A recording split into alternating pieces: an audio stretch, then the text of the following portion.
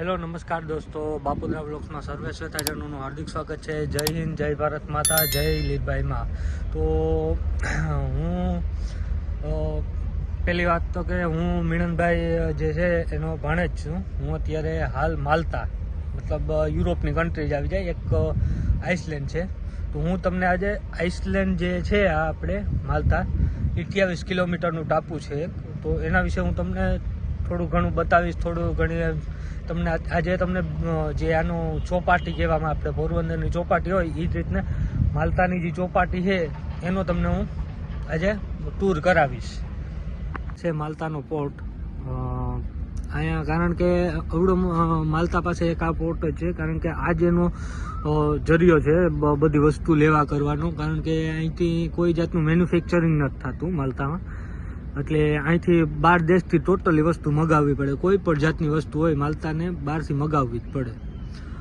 આ પોર્ટ એની સામે એક્ઝેક્ટ સામે ચોપાટી બીચ, અહીંયા લોકો નાવા આવે। પાણી તમને હું બતાવું, એકદમ ક્લિયર અને શાંત, આમાં તમને જોવા મળશે હાવ ક્લિયર પાણી છે, કોઈ જાતની ગંદકી નહીં, કોઈ જાતનું કંઈ કચરો નહીં, કોઈ વસ્તુ નહીં, તમને આખી સિટી ક્લીન જોવા મળશે। તમે અહીંયા આવજો એકવાર, આ ટૂંકમાં એક જાતનો ટુરિઝમ દેશ છે। તમે જો ભવિષ્યમાં એકવાર તો તમે અહીંયા આવજો જ ફરવા, કારણ કે આ વસ્તુ છે ને અહીંયા જો અત્યારે હમણાં સમર ચાલુ થાય મહિના દિવસ પછી અહીંયા સમરમાં તમે જોવો ને તો આ બીચ અત્યારે ખાલી છે ને, અહીંયા તમને પગ મૂકવાની જગ્યા ન મળે એટલું માણસ આવશે।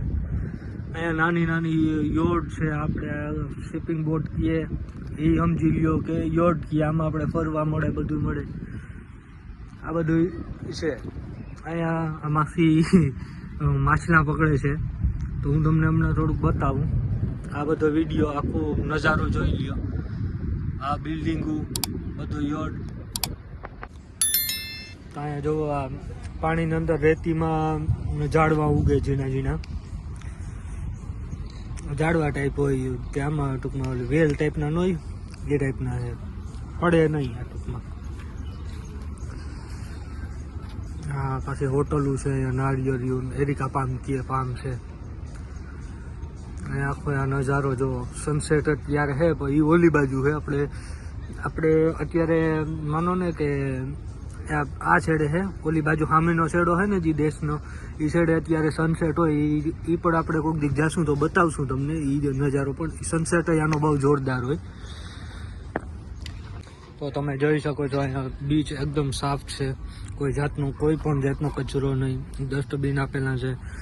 જે સર્વ લોકો, આપણે થોડુંક ઇન્ડિયામાં થોડુંક સ્વચ્છતાનું થોડુંક કરવું જોઈએ, પણ અહીંયા સ્વચ્છતા બાબત બહુ સ્ટ્રિક્ટલી છે। તમે સ્વચ્છતા રાખવાની જ, અહીંયા કોઈ પણ કચરો માણસ પોતાની રીતે સમજીને અહીંયા કચરો નથી કરતા, કે ઘરે કેમ કચરો ન કરીએ તેમ અહીંયા કચરો ન કરે। જોવામાં આપણે આમ સારું લાગે કે આપણે આવવાની મરજી થાય, સ્વચ્છતા હોય એટલે। તો આ પ્લે ગ્રાઉન્ડ છે મોટા છોકરાઓને રમવાનું। પછી અહીંયા સ્કેટ પાર્ક છે, અહીંયા છોકરા સ્કેટ કરતા જોવા, નાનકડી છોકરી સ્કેટિંગ કરે છે।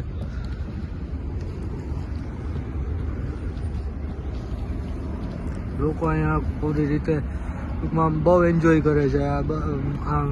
આખું બીચ સામેની સાઈડમાં રેસ્ટોરન્ટ, બધા માણસોને જમવું હોય। આમાં અહીંયા બિલ્ડિંગો પણ એકદમ જૂનવાણી હોય, અંદરથી જોઈએ તો આપણા ફ્લેટ એક નંબર હોય, બહારથી જૂનવાણી, ટૂંકમાં એ એમ બતાવવા માંગતા કે અમે અમારું સાચવી જાય, જૂનવાણી જે એનું જે હોય ને એ સાચવીને રાખે। ઘણી વસ્તુ છે, તમને નેક્સ્ટ વિડીયોમાં હું એ પણ બતાવીશ।